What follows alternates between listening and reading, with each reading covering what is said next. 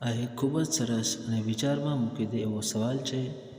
મારા વિચાર પ્રમાણે તો કર્ણ અર્જુન કરતાં વધારે શક્તિશાળી માનવામાં આવે છે, અને ખરેખર એ અર્જુન કરતાં વધારે જ શક્તિશાળી હતો એવું હું માનું છું. કારણ જ્યારે કૌરવો અને પાંડવો વચ્ચે કુશળ પ્રદર્શન હતું, ત્યારે અર્જુન કરતાં કર્ણ ઓછા સમયમાં સારું પ્રદર્શન કરેલું. તે છેલ્લે યુધિષ્ઠિરે પણ સ્વીકાર્યું હતું કે કર્ણ એક સારો અને શ્રેષ્ઠ ધનુર્ધર છે. દ્રૌપદીના સ્વયંવરમાં પણ કર્ણએ ફટકે ધનુષ ઉપાડી લીધું હતું અને લક્ષ્ય સાધ્યું હતું, પરંતુ દ્રૌપદીએ સુતપુત્ર કહ્યું ત્યારે કર્ણએ ધનુષનો ત્યાગ કર્યો હતો.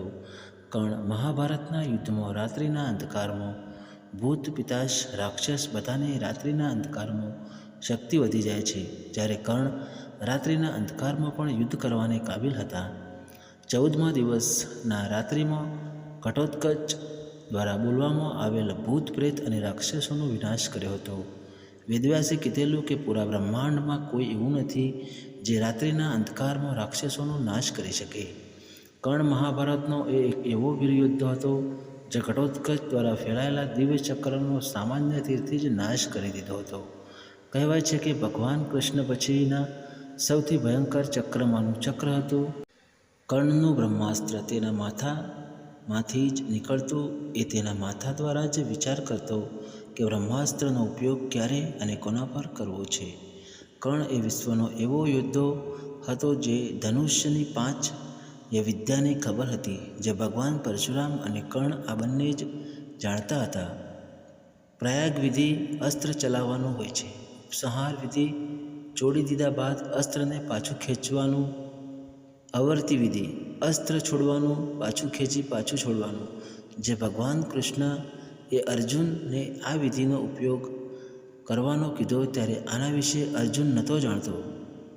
પ્રતિઘાત વિધિ ભીમ પર આનો ઉપયોગ કરે છે. ભીમ દ્વારા છોડાયેલી ગદા ભીમના રથ પર જ પડે છે.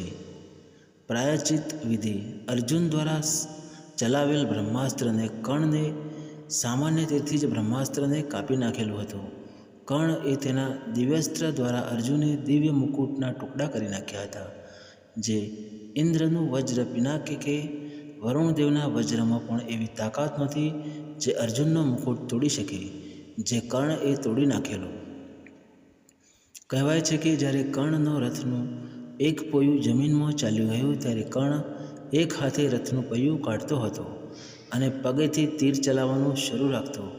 જ્યારે અર્જુનને મૂર્છા આવી પછી તે રથથી નીચે ઉતર્યો.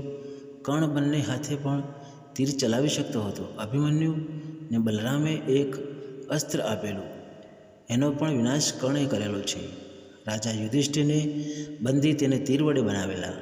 કર્ણની સૌથી વધારે દાન ભાવના. કર્ણને ખબર હોય છે કે તેને છલ દ્વારા કવચ કુંડળ લેવામાં આવે છે, તો પણ એ દાન કરી દે છે. બાકી અર્જુનની પાછળ ભગવાન શ્રી કૃષ્ણની શક્તિ હતી. ખરેખર તો પરશુરામનો વિશિષ્ય કર્ણ વધારે શક્તિશાળી હતો. મિત્રો, મહાભારત વિશેની થોડી માહિતી જો સારી લાગી હોય તો ચેનલને સબસ્ક્રાઈબ જરૂરથી કરજો. ધન્યવાદ. આપનો દિવસ શુભ રહે.